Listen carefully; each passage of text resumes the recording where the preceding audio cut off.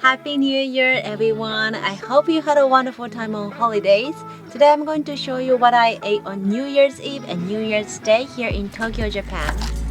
It's a tradition to eat the soba noodles on New Year's Eve, wishing for the longevity and healthy life on the next year. My family loves to enjoy soba noodles along with tempura, so let's prep the tempura together.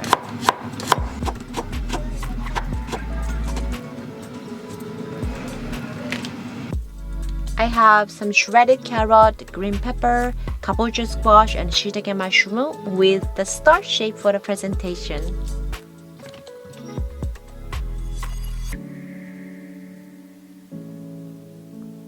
Also, I had a bulk of shiny chives that I have to use up, so mixing with some shiitake mushroom stem and dried little shrimp.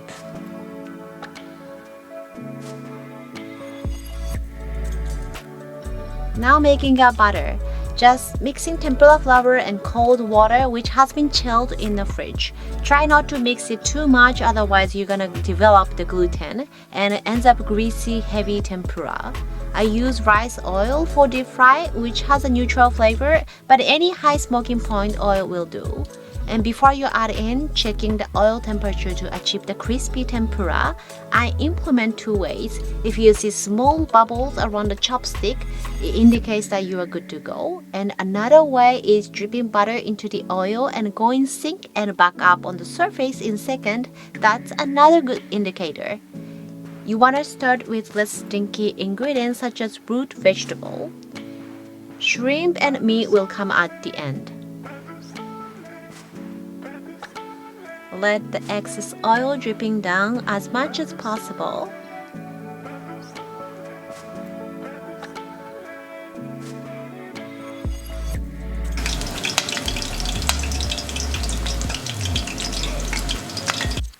I tend to overeat tempura because it's so tasty, but after I pass 30, I start to feel like anything deep fried it's too heavy for me.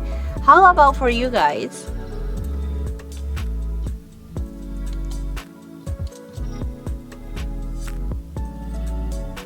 Now it's time to cook soba noodle. It took me only 3 minutes. Mama, 見ててね。1個食べちゃったよ。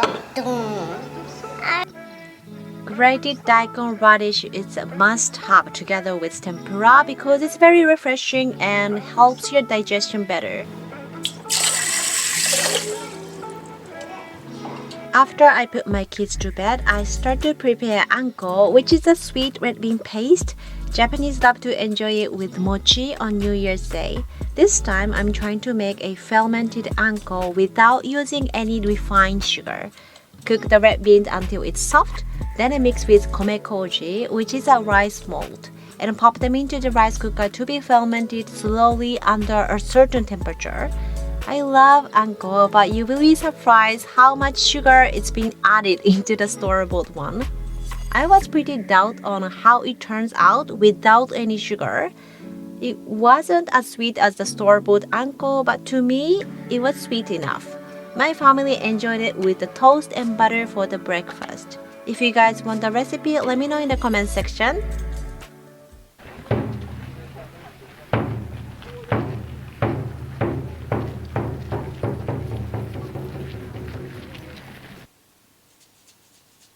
On New Year's Day, we went to the shrine.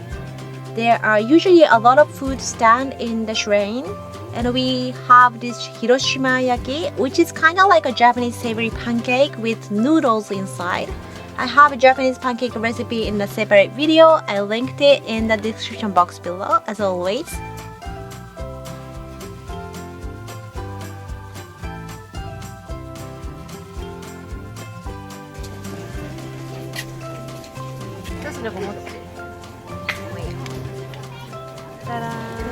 네. 美味しいママ。美味しい。Another Japanese New Year's tradition is taking fortune slip. I got worst fortune, which made me so nervous.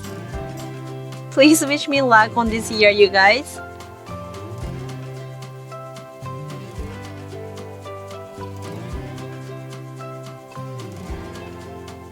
after that, we went to my parents' house. New Year is supposed to be the time for family and relatives to get together, cleaning up the house, preparing the New Year's feast, which is known as Osechi in Japanese. My mom did all the great works. Do you guys have any special New Year's meals in your country? Let me know in the comment section.